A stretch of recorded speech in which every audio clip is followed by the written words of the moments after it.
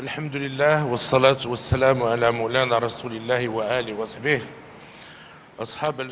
Louange à Dieu, prière et salut sur le prophète, sa famille et ses compagnons, Majesté, Excellence, Altesse, Monsieur le secrétaire général des Nations Unies, Excellence, Mesdames, Messieurs. Il m'est agréable de vous souhaiter la bienvenue au Royaume du Maroc, terre de dialogue et de coexistence et carrefour des civilisations, pour participer à la 22e session de la conférence des parties à la Convention des Nations Unies sur les changements climatiques.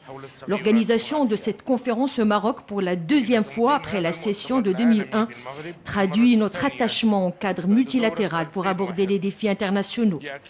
Le fait que Marrakech accueille aujourd'hui cette conférence est une preuve de tout l'intérêt que nous attachons aux questions de l'environnement et du climat parmi les priorités du Royaume.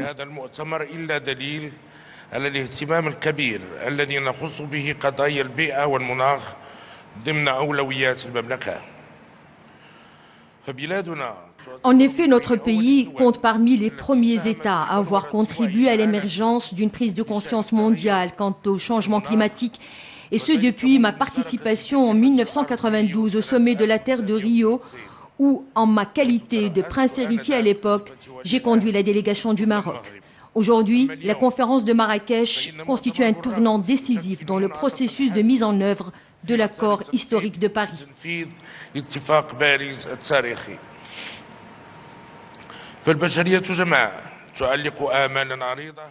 En effet, l'humanité entière place de grands espoirs sur les décisions qui seront prises au cours de cette conférence. De fait, elle attend plus que la simple annonce d'engagement et de principe pour enrayer le réchauffement climatique et en atténuer les effets. Elle aspire plutôt à des décisions aidant à sauver l'avenir de la vie sur Terre et à la prise d'initiatives concrètes et de mesures pratiques à même de préserver les droits des générations à venir. Par ailleurs, la tenue de cette conférence en Afrique nous incite à donner la priorité à la nécessité de remédier aux impacts négatifs des changements climatiques qui ne cessent d'empirer dans les pays du Sud et les pays insulaires menacés dans leur existence même.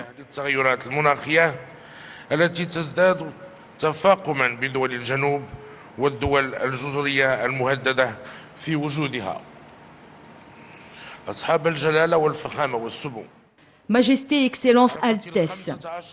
Les 15 dernières années ont vu se répandre un discours centré sur les questions de l'environnement et croître le nombre des associations engagées dans sa défense. Plus important encore, elles ont été marquées par une prise de conscience accrue quant à la nécessité de protéger l'environnement. Malgré l'émergence de cette prise de conscience positive, sommes-nous sur la bonne voie ? Ce processus commun bénéficie-t-il d'une coordination et d'une collaboration entre tous ? بالتنسيق والتعاون بين الجميع. إن الاختلاف كبير بين الدول والمناطق. La différence est grande entre les pays et les régions concernant la culture liée à l'environnement. De plus, les priorités chez les pays industrialisés dits avancés ne sont pas les mêmes que pour les pays en développement. Tout aussi important est l'écart qui les sépare en termes de moyens. S'il est normal que chaque partie défende ses intérêts, les décisions prises et imposées ne sont pas en revanche toujours à la portée de tous les pays.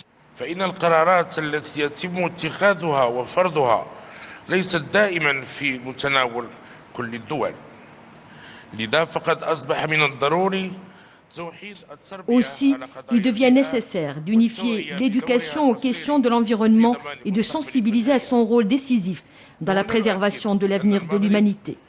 Ici, je réaffirme que le Maroc consacrera ses efforts pendant son mandat et les ressources financières disponibles durant cette courte période pour remplir cette mission difficile et noble.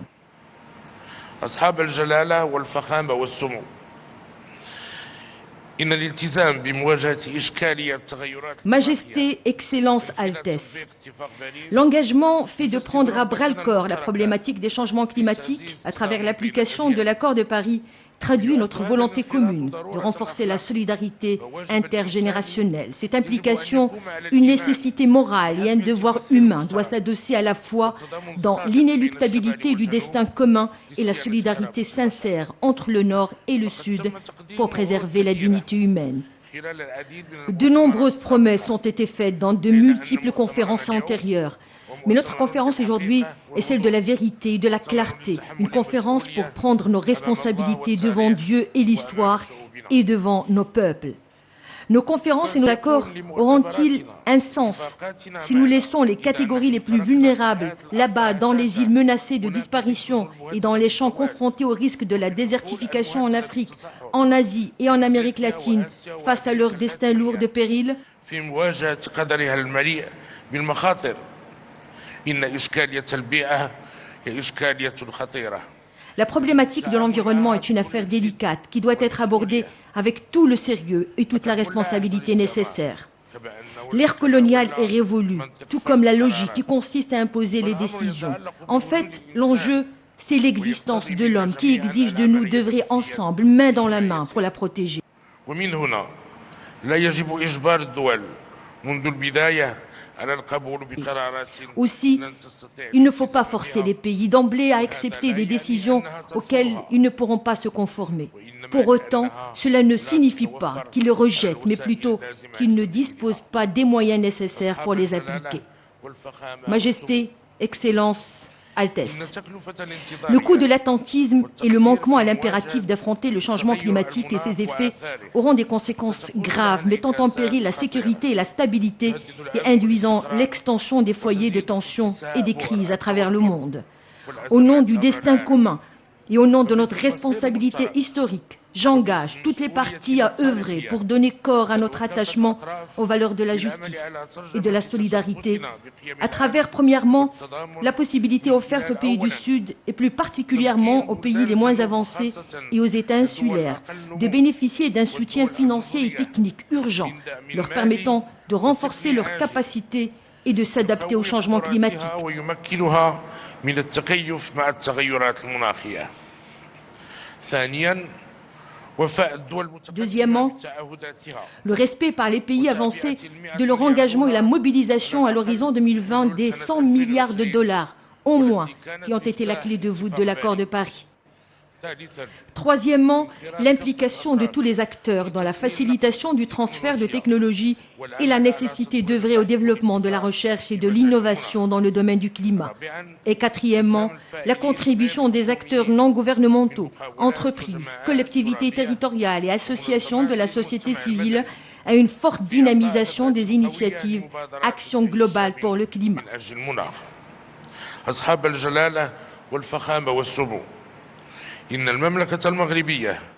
Majesté, Excellence, Altesse. Le Royaume du Maroc n'a épargné aucun effort pour relever ses contributions dans le cadre de la dynamique mondiale visant à réduire le réchauffement climatique et en atténuer les effets. De fait, le Maroc a été parmi les premiers pays à avoir annoncé leur contribution prévue déterminée au niveau national, s'est engagé récemment à baisser le taux des émissions. De même, il a pris des initiatives concrètes pour assurer à l'horizon 2030 52% de sa capacité électrique nationale à partir de sources d'énergie propres.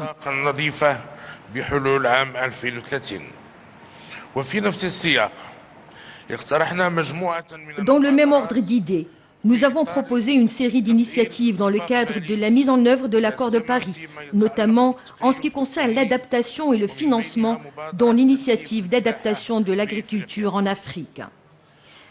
Majesté, Excellence, Altesse. Le bilan de cette conférence sera décisif pour le devenir de la nouvelle génération des conférences des parties, qui devront se focaliser sur l'initiative et l'action. En effet, l'accord de Paris n'est pas une fin en soi. Les résultats de la conférence de Marrakech sont plutôt un test réel pour mesurer la fiabilité des engagements que nous avons souscrits et la crédibilité des parties qui les ont annoncés.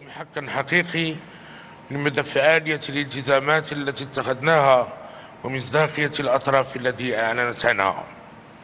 لقد حان الوقت. L'heure est venue pour redresser la situation actuelle.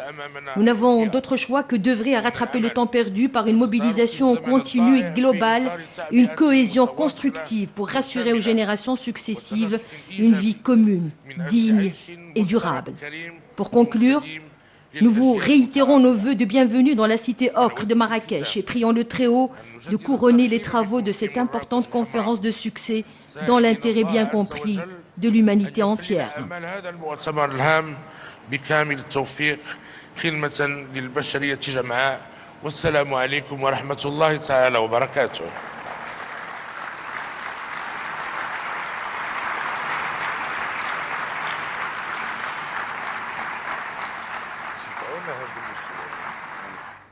C'était là la